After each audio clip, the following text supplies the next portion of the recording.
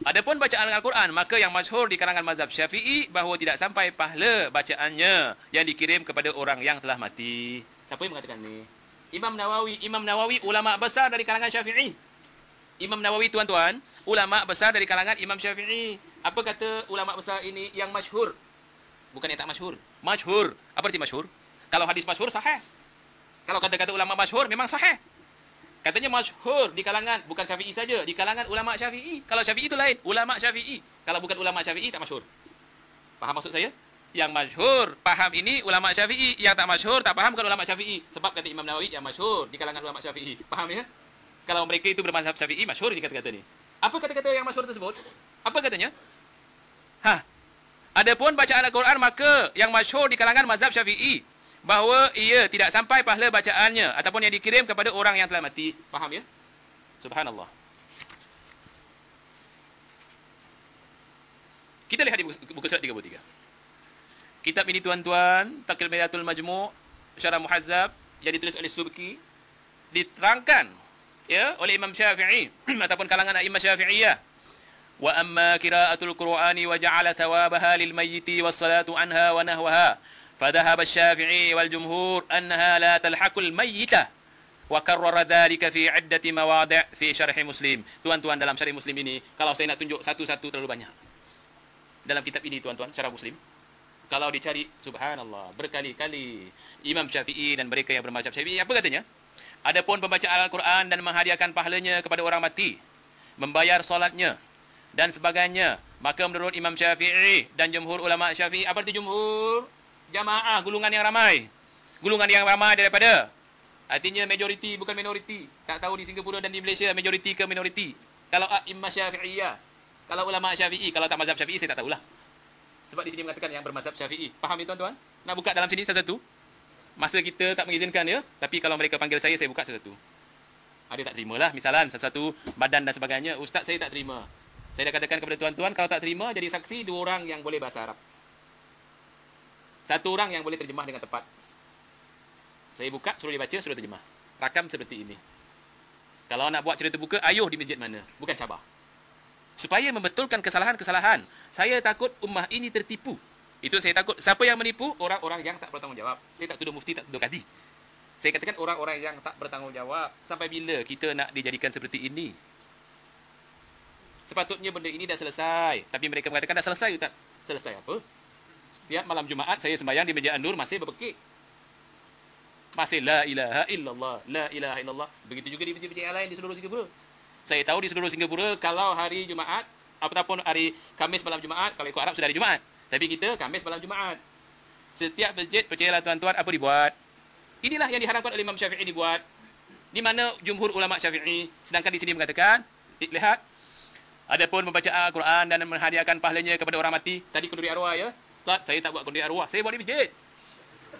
Tak ada makan, tak ada minum, lebih-lebih bawa pisang. Lebih-lebih bawa pisang. Tuan-tuan jenis apa ni? Keturunan Darwin ke? Tahu keturunan Darwin? Apa dia punya favourite? Pisang. Dibawanya pisang. Betul atau tidak? Subhanallah. Jadi, apa mereka malam-malam ini, apa mereka buat malam Jumaat ini? Adapun pembacaan Al-Quran dan menghadiahkan pahalanya kepada orang mati, membayar solat dan sebagainya, maka menurut Imam Syafi'i dan jumhur ulama Syafi'i. Jumhur ulama Syafi'i. Artinya jumhur, majoriti. Majoriti ulama Syafi'i adalah tidak sampai kepada si mati. Tidak sampai kepada si mati. Penjelasan seperti ini telah diulang-ulang oleh Imam Muslim dalam kitabnya Syarah Muslim. Ini kitab Syarah Muslim. Ini kitab Syarah Muslim. Ya. Di dalam kitab ini saya baca lagi ya, di muka surat 90. Wa qala al-Imam Abu Muhammad Al-Baghawi min ashabina. Telah berkata Imam Abu Muhammad Al-Baghawi daripada mazhab Syafi'i fi kitabih At-Tahdzib. Kitab ini ada di rumah saya, tuan-tuan. Ya, At-Tahdzib. La yab'adu ay yat'ama an kulli salatin. Saya baca terjemahannya. Berkata Imam Al-Baghawi dalam kitabnya Tahzib, adapun memberi makanan ya ataupun salat mengikut mazhab yang membolehkan adalah dhaif. Yang membolehkan pula dalilnya kias. Ya, dikiaskan pada doa.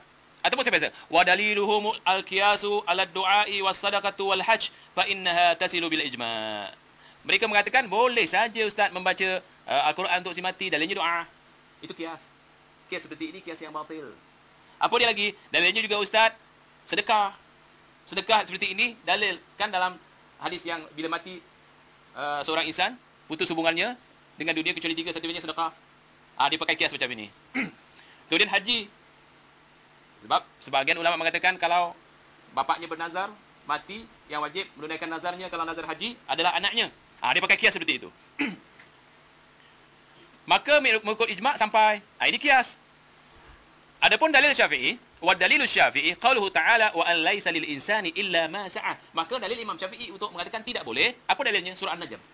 Dalam surah An-Najm kata Imam Syafi'i, dalil ini digunakan firman Allah bahwasanya seorang itu tidak akan mendapat kecuali apa yang diusahakan. Faham tak? Jadi kalau dia tak pernah baca Al-Quran di dunia, kita usaha baca Al-Quran untuk dia tak akan dapat. Ini kata Imam Syafi'i dalam kitab ini. Apa dalil Imam Syafi'i? Cuba lihat Imam Syafi'i menggunakan dalil betul-betul qat'i. Qaulun Nabi sallallahu alaihi wasallam, "Idza mata ibnu Adam inqata'a 'amaluhu kullu illa min thalath." Ini dalil yang selalu kita baca. Apabila mati anak Adam, putus hubungannya kecuali 3 perkara.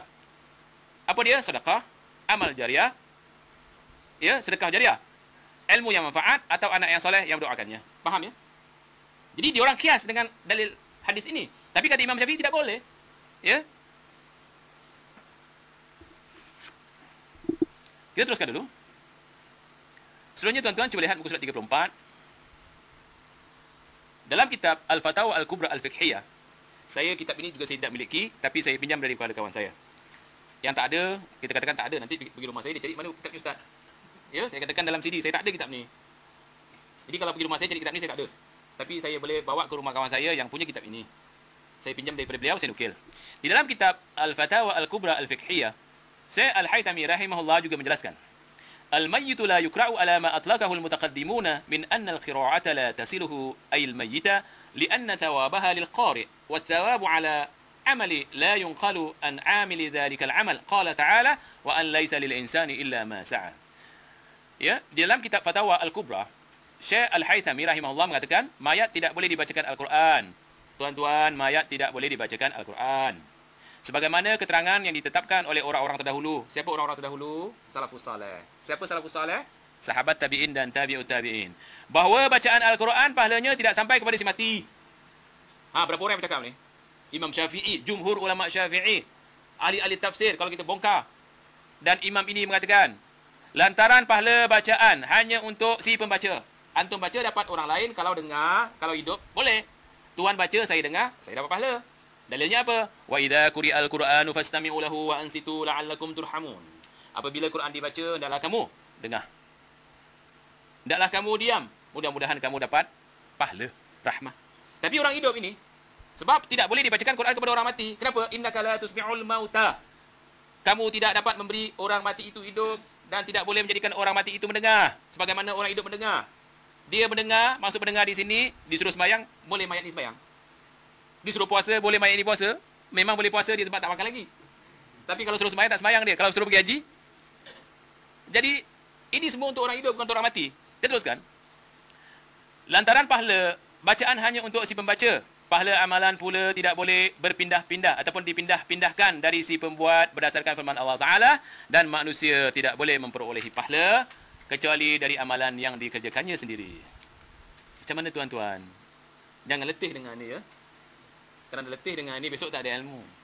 Berapa orang daripada tuan-tuan dapat memutalaah kitab seperti ini? Contohnya Kadi Mufti banyak. Bukan Kadi Singapura, Mufti Singapura ya. Banyak yang masih tahlil. Bermakna tak faham baca ini ataupun dia tak baca. Kalau baca tak faham. Ataupun dia tidak baca. Saya tak tahu balik Azhar. Tapi baca ni, yang balik Mekah pun sama juga. Yang balik Madinah pun sama. Jadi, tekong dia. Malam Jumaat dia punya zikir semacam. Macam mana Cik Osman betul tak? Malam Jumaat jadi tekong dia. Kenapa ya? Ya? Kenapa? Apa hujahnya? Hujah kita yang mengharamkan 2 jam tak cukup masa nak baca. Hujah mereka yang menghalalkan 5 minit pun mereka tak boleh keluarkan. Masih banyak lagi belum saya bongkar. Masih banyak lagi kitab saya tak bawa. Masa dah habis. Ya? Jadi tuan-tuan, kita ambil sedikit lagi apa yang ada dalam kitab kita. Cuba lihat tuan-tuan di satu tajuk wasiat Ibnu Umar 76. Ini hadis palsu.